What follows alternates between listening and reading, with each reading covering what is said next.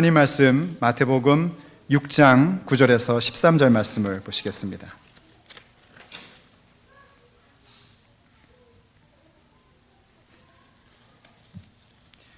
마태복음 6장 9절에서 13절까지의 말씀입니다.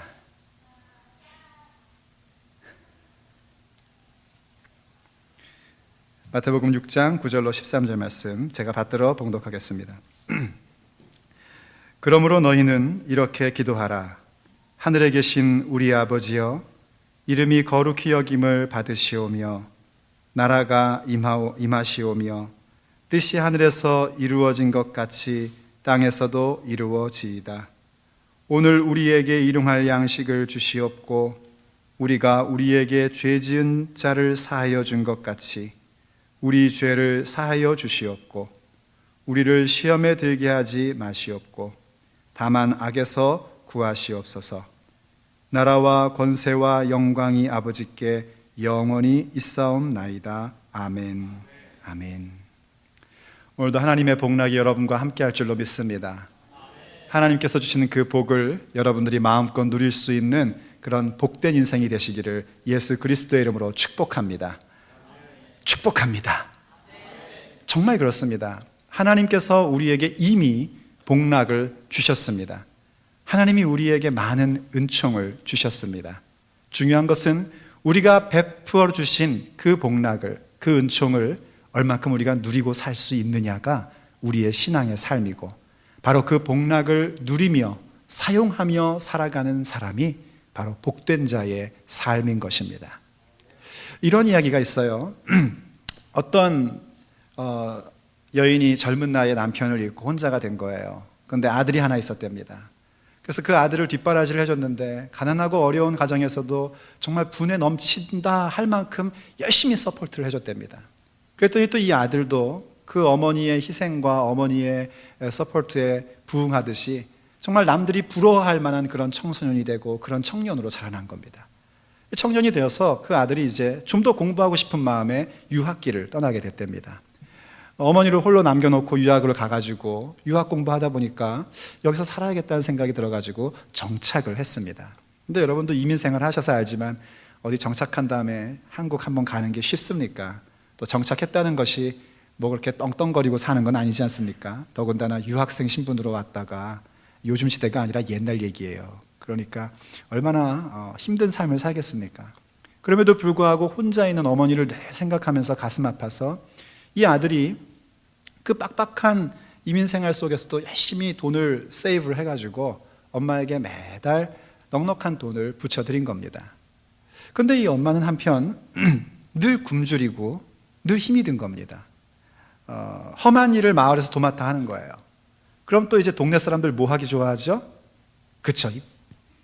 말하기 또 좋아하지 않습니까? 이 말하기 좋아하는 동네 사람들이 미국 간 그 아들은 불효자다, 뭐 어떤 놈이다, 저런 놈이다, 뭐 하면서 막 욕을 하고 막 흉을 보고 그랬어요. 그러다가 이 할머니가, 이제 어머니가 열심히 일을 하다가 그만 일터에서 쓰러지고 말았습니다. 그리고 병원으로 옮겼고, 그리고 결국은 아들을 보지 못하고 돌아가시고 말았어요. 마을 사람들이 얼마나 또 그 아들 욕을 했겠습니까? 세상이나 세상이나. 그래서 어쨌든 아들에게 알려야겠다 싶어가지고 이 할머니가 살고 있던 방에 탁 들어갔는데, 그 방에 들어갔던 마을 사람들이 그만 경직이 되면서 이 할머니가 외롭게 돌아가신 것은 아들 때문이 아니라 우리들의 무관심 때문이었구나 하는 걸 알게 된 겁니다. 왜 그랬냐면 그 벽에는 아들이 매달 보낸 수표가 벽지로 도배가 돼 있던 겁니다. 이 어머니가 노인이 돼가지고 그 수표가 뭔지 잘 몰라서 그저 아들의 편지의 일부분인 줄 알고 벽에다 붙여놓은 다음에 보고 싶은 아들 생각날 때마다 수표 한번 보고 아이고 내 새끼 보고 싶어라 이러다가 배고파하고 힘들어하고 병들었는데도 병원도 못 가고 그러다가 돌아가신 겁니다. 알지 못하고 사용할 줄 모르면 그런 결과가 나온다는 겁니다. 물론 있을 법한 얘기로 만든 이야기인지 진짜 이야기인지는 확인해 보질 못했습니다만은 더 안타까운 건 뭐냐면 그런 모습이 그 할머니의 얘기가 아니라 오늘 우리들의 얘기라는 겁니다. 하나님이 우리에게 예수 그리스도의 이름을 주시고 복락을 주시고 복된 자의 삶을 살도록 모든 것을 베풀어 주셨는데 우리는 깨닫지 못하고 알지 못하고 믿지 못해서 그것을 사용하지 못하고 어떤 경우엔 그냥 그것을 바라만 보다가 힘들어하다가 그리고 인생을 그냥 손 털고 가는 그런 안타까운 모습들이 나타난다는 겁니다. 정말 우리는 그럴 수는 없습니다. 우리가 이렇게 주 앞에 나와 예배하고 말씀을 배우며 믿음의 형제자매들이 공동체로 함께 살아가는 것 가운데에 큰 힘이 뭐냐면, 우리가 그렇게 어리석은 모습을 가질 때마다 서로를 깨닫게 함으로써 하나님이 내게 주신 복락, 지금 나에게 부족한 부분 때문에 주신 복락을 놓치고 있는 게 뭔지를 깨닫고 알고 그것을 누리며 살아가게끔 서로 협력하고 권면하고 힘이 되어준다는 것입니다. 바로 그렇게 복된 자의 삶을 사는 것, 그것이 하나님이 우리에게 원하시는 인생입니다. 그리고 하나님께서는 바로 우리가 그렇게 복된 자의 삶을 사는 것 가운데의 중심에다가 무엇을 두셨냐면 하나님과 교통할 수 있는 기도라는 것을 가르쳐 주셨습니다. 그런데 안타까운 건 뭐냐면, 잘못하면 이 기도라는 그 거룩하고 아름다운 그 능력의 시간을 우리가 그저 사람들에게 보이려는 것으로, 혹은 나의 신념을 강화시키는 시간 정도로 전락시켜버린다는 것입니다. 그것은 너무너무나 안타까운 것이고, 그것은 그야말로 수표를 벽에다 벽지에 붙여놓고 굶주리는 것처럼, 아니 어쩌면 그것보다 더 심각한 안타까움과 어리석음의 모습을 갖는 겁니다. 정말 기도라는 것은 하나님 앞에 우리가 드릴 수 있는 위대한 것이고 하나님이 우리에게 주신 위대한 특권이라는 사실을 여러분들은 반드시 기억하셔야 됩니다. 기도의 능력을 체험하셔야 됩니다. 우리의 기도가 허공에 던지는 이야기가 아니라, 세상의 우상에게 하는 얘기가 아니라, 나의 신념을 강화시키는 얘기가 아니라 살아계신 하나님께 드린다는 사실을 기억하셔야 됩니다. 그래서 예수님께서는요, 산상수훈이라는 복된 자의 삶을 가르쳐 주신 그 중심 가운데 기도에 대한 것을 가르쳐 주시고, 또 그 기도의 핵심 가운데에는 주께서 가르쳐 주신 기도, 우리가 흔히 얘기하는 주기도문이라는 것을 우리에게 알려주셨습니다. 근데 이 주기도문이 얼마나 소중한 것인가? 이 주기도문은 그저 우리가 암송해서 그냥 한 번씩 1분 안에 끝나는 외우기 하는 게 아닙니다. 제가 중고등학교 때 교회 다닐 때 중등부 때 뭘 했냐면은 누가 주기도문 빨리 외우나 내기도 했던 기억이 나요. 그런 거 하는 용도가 아니란 말입니다. 주기도문은 예수님께서 이것을 기도하라 하지 않으셨고 이렇게 기도하라 라고 말씀을 하셨다는 것을 먼저 짚고 넘어가셔야 됩니다. 무슨 얘기인가 하니, 예수님이 가르쳐 주신 이 기도의 내용이 요것 그대로 기도하는 것도 은혜가 되고 복된 것인데, 그것을 어떤 의미인지, 예수님께서 우리에게 어떤 기도의 자세, 기도라는 것은 본디 하나님 앞에 내 소망을 아뢰는 것이고 나의 꿈을 아뢰는 것이고 동시에 내 결단을 드리는 건데, 과연 우리가 품어야 할 꿈이 뭔지, 우리가 가져야 할 인생의 목적이 무엇인지, 내가 하나님 앞에 결단할 것이 무엇인지, 그것을 가르쳐 주시는 정말 중심되는 핵심적 기도입니다. 여러분, 저는 우리 교회 교우들이요, 이 주기도문을 할 줄 아는 교우가 되기를 간절히 바랍니다. 주기도문을 할 줄 알면 그 사람은 기도의 능력자가 됩니다. 주기도문을 할 줄 알면 그 사람은 기도가 무엇인지를 명확히 알고 이 세상을 변화시킬 수 있는 핵심의 사람으로 자라나게 됩니다. 그런 기도, 우리가 함께 묵상해 가기를 바랍니다. 예수님께서 이 주기도문을 가르쳐 주실 때에 참 신기한 것을 먼저 말씀해 주셨어요. 하나님 앞에 우리가 기도할 수 있다는 것만 해도 사실은 굉장히 큰 능력이고 큰 복락이고 큰 특권입니다. 그런데 그 하나님을 예수님께서 주기도문 속에서 뭐라고 우리에게 가르쳐 주시고 불러주셨냐면, 하늘에 계신 우리 아버지라고 가르쳐 주셨다는 겁니다. 아버지라는 겁니다. 누가 아버지냐면 하나님이 아버지라는 겁니다. 가끔 아버지가 누구냐에 따라서 사람이 왔다 갔다 하는 경우가 있어요. 그런 득이라면 득일까, 피해라면 피해일까, 이런 걸 많이 받은 사람 중에 하나가 접니다. 아버지가 누구다 하는 것 때문에 사람들이 좋아하기도 했고요, 아버지가 누구다 하는 것 때문에 사람들이 저를 경멸하기도 했었습니다. 여러분들 같은 분들이야 그런 일이 있을까 싶은데 그런 사람들도 있습니다. 아버지가 누구냐라는 것은 곧 내가 누구인지를 이야기해 줄 수 있는 겁니다. 아버지가 누구이냐는 나의 인생의 방향이 어디서 흘러왔고 어디로 갈 것인지까지도 얘기해 주는 겁니다. 그런데 우리의 아버지는 이 땅의 아버지가 아니라 하늘에 계신 아버지, 하나님께서 우리의 아버지가 되신다는 겁니다. 어떻게 피조물인 우리가 아버지가 될 수 있는가? 갈라디아서 4장 6절이 우리에게 이렇게 얘기를 해주고 있습니다. 너희가 아들임으로 하나님이 그의 아들의 영을 우리 마음 가운데 보내사 아빠, 아버지라 부르게 하셨느니라. 아멘. 우리가 아들이 되었대요. 딸들 기분 나빠하지 마십시오. 이 아들이라는 개념은 상속의 개념 때문에 그렇게 얘기한 거지, 오늘날로 얘기하면 자녀가 됐다는 것입니다. 믿으십니까? 따님들 믿으세요? 예. 하나님의 자녀가 됐대요. 어떻게 됐는가? 그 아들의 영으로 말미암아. 풀어서 얘기하면 예수 그리스도를 믿음으로 말미암아, 예수님을 내 인생의 주인으로 영접함으로 말미암아 아들의 영, 곧 성령께서 내게 임재하시고, 그 성령이 나를 어떻게 만드시냐면 내 아버지가 누구인지를 알게 하는데, 천지를 창조하신 하나님이 나의 아빠, 아버지가 되신다는 것을 깨닫게 하고 부를 수 있는 권세를 주셨다는 겁니다. 우린 예수님으로 말미암아 하나님을 아버지라 부르게 되었습니다. 여기 얘기하는 이 아빠라는 말은요, 본래 그 히브리어 아바라는 단어인데, 이 아바라는 단어가 어린아이들이 주로 아버지를 부를 때 쓰는 호칭이 일단 첫째, 1차적 의미입니다. 어린아이들이 아빠를 부를 때 아빠라고 하지 않습니까? 아버지를 부를 때 아빠 하잖아요. 뭐 영어식이면 뭐 파파 하고 부르는 그런 개념이고, 뭐 데디 하고 부르는 그런 개념입니다. 그 아빠라고 부르는 의미 속에는 사실은 뭐가 담겨 있는 거냐면 아버지를 향한 신뢰, 아버지를 향한 친밀감이라는 것이 담겨져 있는 겁니다. 아버지를 향한 친밀감과 아버지를 향한 신뢰를 갖는 것이 참 중요합니다. 여러분, 이 땅의 아버지들도요, 참 여러 가지로 부족하지 않습니까? 우리가 아버지들 된 입장에서 우리가 서로 얼마나 부족한지 알고 있지 않습니까? 아닌 척 하려고 해도 늘 들통이 나고 늘 그렇습니다. 우리는 부족합니다. 그럼에도 불구하고 이 어린 자녀에게 있어서 아버지는 어떤가? 정말 의지할 만한 존재이고 정말 나를 보호해 줄 존재로 확신을 갖습니다. 저는 본래요, 좀 겁이 많은 사람입니다. 어릴 적에 이 화장실을 혼자 못 갔었어요. 왜냐면은 어른들 다 기억나죠. 왜 꼭 삼촌들 이런 분들이 그런 얘기 하잖아요. 화장실 가면은 밑에서 손이 쓱 빨간 유지 줄까 파란 유지 줄까 이런 되는 거예요. 그러면 옛날 화장실은 다 이제 그 재래식 아닙니까?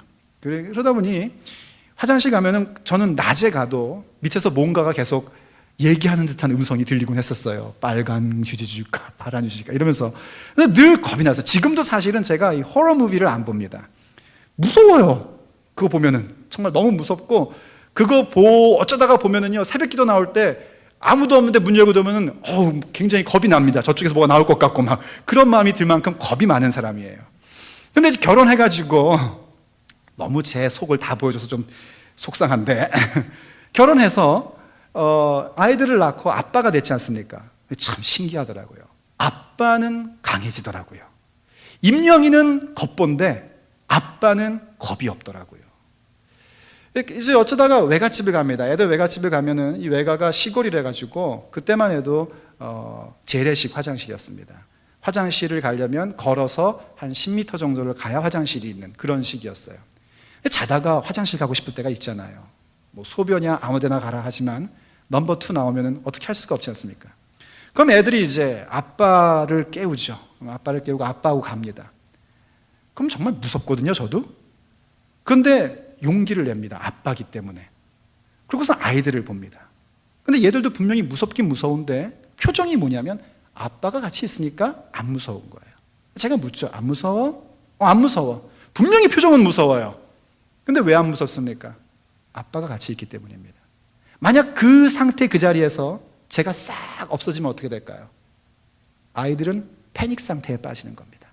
그래서 그러죠. 늘 문 앞에 있어도 거기 있어 아빠? 있는 거지? 안 갔어. 어디 가지 마. 아빠. 대답을 일부러 안 하면 아빠! 있어. 그럼 알았어. 그건 뭐 우리 집 얘기만이 아니지 않습니까? 애 키워보면 다 아시잖아요. 그게 아빠입니다. 그 느낌. 하나님이 우리에게 그런 분이라는 겁니다. 친밀하고 언제나 나를 보호해주고 언제나 내가 의지할 수 있는 신뢰감 있는 아빠입니다. 그런데 여러분들이 하나 잊지 말아야 될 게 또 있습니다. 그런 친밀감과 그런 신뢰감을 드리는 아빠라 부르는 것은 유아기적인 표현에서만 아바라고 부르는 것은 아니라는 겁니다.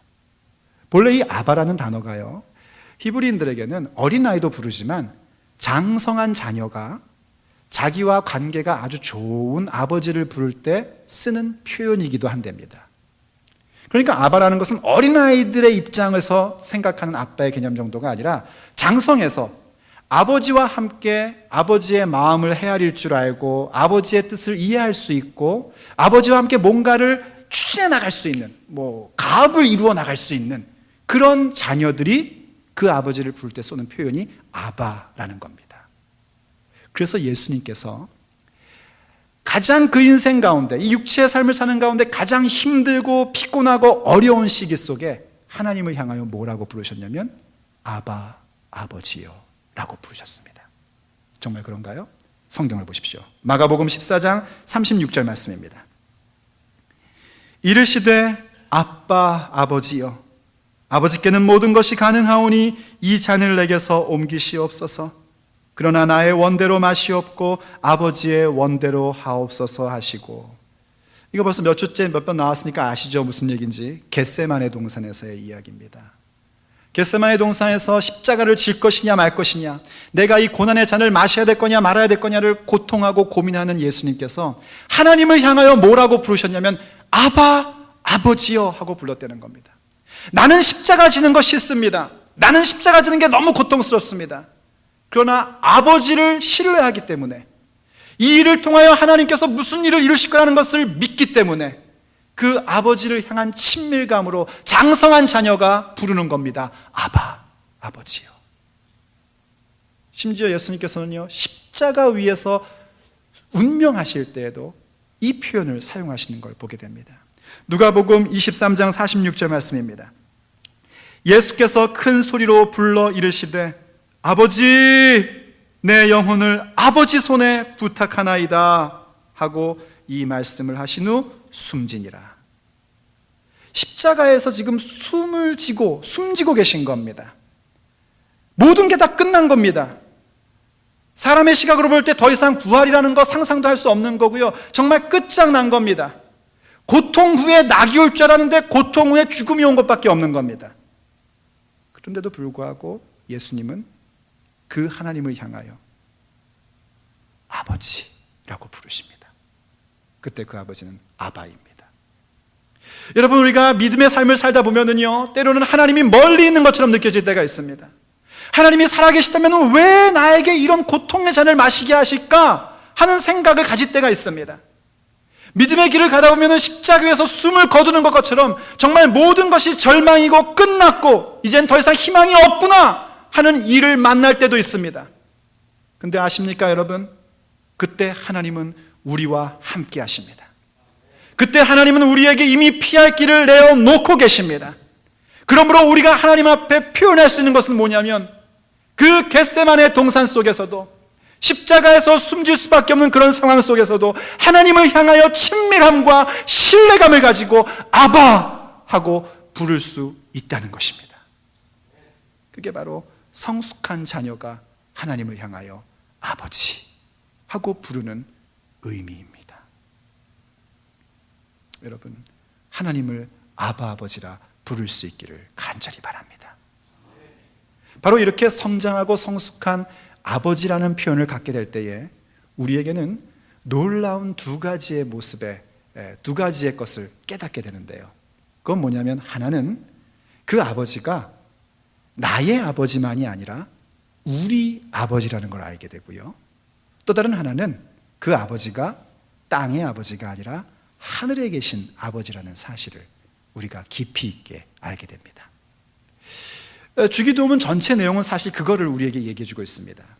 그런데 우리가 정말 하나님 아버지를 부를 때에 친밀감과 신뢰감을 갖고 부르되 어린 유아기적인 수준 정도가 아니라 성숙한 자녀로서 아버지의 뜻을 헤아릴 줄 알기 때문에 오늘 내가 짊어지고 가야 될 것도 짊어지고 갈 수 있는 그런 믿음을 가질 때에 우리가 부르는 아버지가 우리의 아버지라는 것을 알게 되는데, 아까 읽었듯이 주기도문 속에서도 보면은 일용할 양식을 구할 때 나의 일용할 양식이 아니라 오늘날 우리에게 일용할 양식을 주옵시고 하며 우리를 구하는 걸 보게 됩니다. 더 재미나는 건 뭐냐면요, 죄는 누가 짓죠? 죄는 누가 짓죠? 그랬더니 목사님이요. 이러면 곤란합니다. 죄는 내가 짓잖아요. 죄는 나가 개인적으로 짓는 겁니다. 그런데 주기도문에서는 예수님이 뭐라고 가르쳐 주시냐면은 우리가 우리에게 죄진 자를 사하여 준 것 같이 우리 죄를 사하여 주옵소서 하고 기도합니다. 또요, 시험에 들게 마옵시고 다만 악에서 구하옵소서도 마찬가지입니다. 우리를 시험에 들게 하지 마옵시고 악에서 구하옵소서. 그게요, 우리 한글 성경은 얼른 구별이 안 되지만 이 본디 그리스어 성경은요, 구하옵소서, 악에서 구하옵소서 동사가 복수 동사입니다. 동사도 복수 단수가 있어요. 그래서 그것도 역시 우리를 악에서 구하옵소서 하는 겁니다. 여러분, 성숙한 믿음이라는 건 뭐냐면 우리의 기도가 성숙해지는 것인데, 그 기도의 성숙함이라는 것은 나를 보는 기도에서 우리를 보는 기도로 자라나는 게 성숙함입니다. 그것이 그리고 하나님이 우리에게 주신 기도의 능력을 마음껏 체험하며 살아갈 수 있는 능력이 되는 것입니다. 우리는 우리를 볼 줄 알아야 됩니다. 나 혼자만 생각하는 신앙은요, 성장이 없습니다. 여러분, 이 세상에 많은 이기심들을 보는데 이기심 가운데 가장 고치기 힘든 이기심이 뭐냐면 신앙적인 이기심입니다. 이기적인 신앙. 이건 정말 고치기가 어렵습니다. 나만 알고 내 생각만 하고 나의 하나님만 아는, 거기서 멈춰서는 안 됩니다. 물론 처음 예수 믿을 땐 나의 하나님, 나의 아버지를 알아야 됩니다. 그런데 믿음 생활을 1년 했다, 2년 했다, 3년 했다, 말씀을 배웠다, 요즘 한국 교회식으로 하자면 교회에서 직분을 받았다, 이렇게 된다면 뭘 볼 줄 알아야 되는 거 아니? 우리라는 것을 볼 수 있어야 됩니다. 왜냐하면 하나님께서 우리를 개인적으로 부르셨지만은 그 개인적으로 부르셨을 때 어디로 부르신 거냐면 하나님 나라의 공동체, 하나님의 대가족으로 우리를 부르셨기 때문입니다. 하나님의 대가족 가운데 내가 일원이 되어 있음을 잊지 마십시오. 그것을 기억하는 것이 우리로 하여금 성숙한 믿음으로 나아가게 합니다. 여러분, 가끔 보면 그런 분들 만나죠. 예수 믿고 교회 좀 나오세요. 그러면은 이런 대답하시는 분들 많이 볼 거예요. 저 예수 믿어요. 믿어요, 저 믿어. 그러세요? 그럼 어느 교회 나가세요? 멀리 다니시나요? 교회는 안 나가요. 그러면 어떻게 예수를 믿으세요? 인터넷으로요? 말씀 저는 일주일에 한 7개 들어요. 그 교회도 들어요. 그 교회도 그 교회 목사님 괜찮다고 해서 그 교회 설교도 제가 들어요. 인터넷 들어가가지고. 이런 분 가끔 만나시죠? 그런데 그런 분들이 어떤 줄 아십니까? 아는 건 많습니다. 왜냐하면 많이 들었으니까. 그런데 그들의 삶에 능력이 없습니다. 못 먹고 산다는 얘기가 아닙니다. 가정을 잘 못 이끈다는 얘기가 아닙니다. 진정한 능력, 나의 인생이 변화되고 나의 인격이 성장하고 내가 하나님 앞에서 받은 그 복락을 누리며 살아가는 그 변화를 주는 능력이 없습니다. 가만히 보십시오. 정말 그렇습니다. 왜 그런 줄 아십니까? 그들이 개인주의적인 신앙은 있는지 모르지만 예수님께서 우리에게 주고 싶어 하시는 공동체의 신앙이 없기 때문입니다. 여러분 아십니까? 예수님이 이런 말씀을 하셨습니다. 마태복음 18장 19절로 20절 말씀에서 이렇게 얘기하셨어요. 진실로 다시 너희에게 이르노니 너희 중에 2사람이 땅에서 합심하여 무엇이든지 구하면 하늘에 계신 내 아버지께서 그들을 위하여 이루게 하시리라.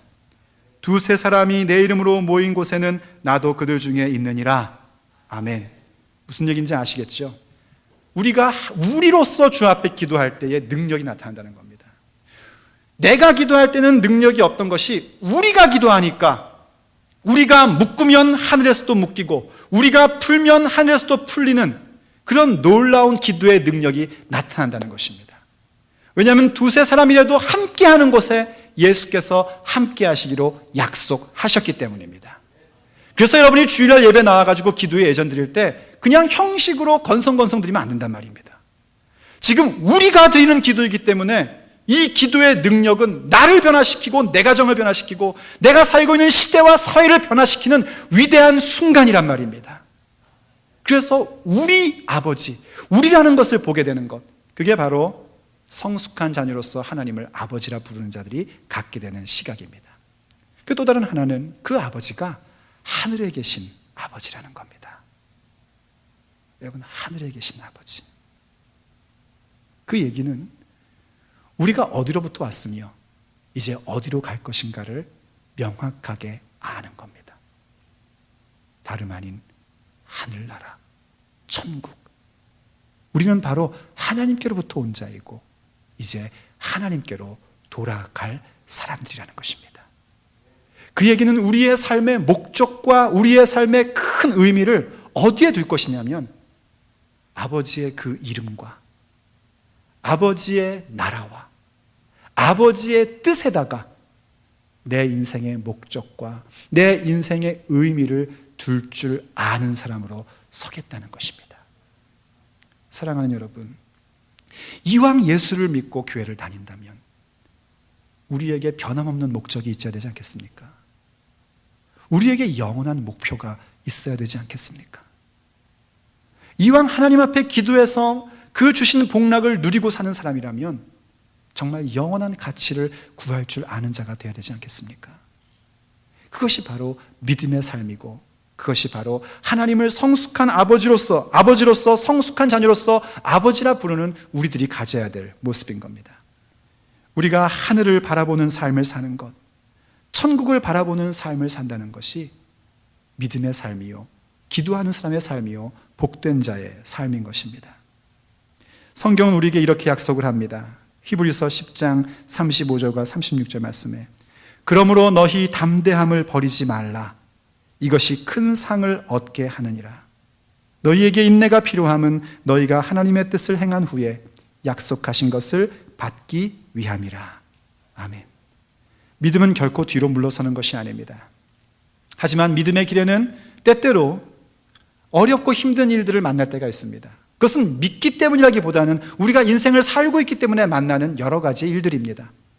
그런데 그 일들 속에서도 우리가 흔들리지 않는 것은, 흔들리지 않고 우리의 인생의 목적과 대의를 알고 나아가는 것은 아버지께서 우리에게 상을 주시기로 약속하셨기 때문입니다.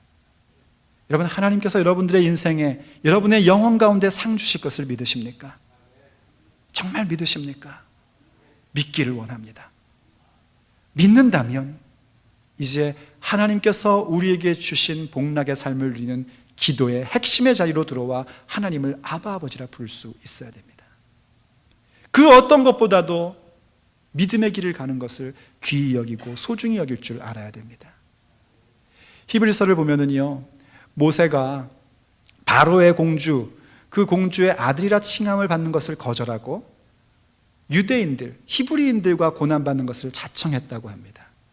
그가 그렇게 했던 이유가 뭐냐면 히브리서 11장 26절이 이렇게 얘기를 해줍니다. 그리스도를 위하여 받는 수모를 애굽의 모든 보화보다 더 큰 재물로 여겼으니 이는 상 주심을 바라봄이라. 여러분, 믿음으로 살기를 간절히 바랍니다. 하나님을 아버지로 믿고 살아가시길 바랍니다. 그러면 하나님께서 우리의 삶에 보상을 하시고 상을 주십니다. 히브리서는요, 사실은요, 모세를 뭐라고 표현하고 있냐면 종이라고 표현했습니다. 그가 종임에도 불구하고 하나님은 그에게 약속하신 것을 주시며 상을 베풀어 주셨습니다. 그럼 하물며 그의 자녀된 우리들에게 약속하신 것을 주시고 영원한 상급을 주시는 것은 얼마나 당연한 일이겠습니까? 바로 하나님이 우리에게 그런 아버지가 되신다는 사실을 알고 하늘을 목적하며 사는 것, 그것이 바로 기도하는 사람들의 성숙한 모습이요, 하나님을 아버지라 부르는 사람들의 성장하는 모습인 것입니다. 우리 하나님은 하늘에 계신 우리의 아버지가 되십니다. 하나님을 아버지라 부를 수 있는 권세가 있다는 것은 우리에게 주어져 있는 복락입니다.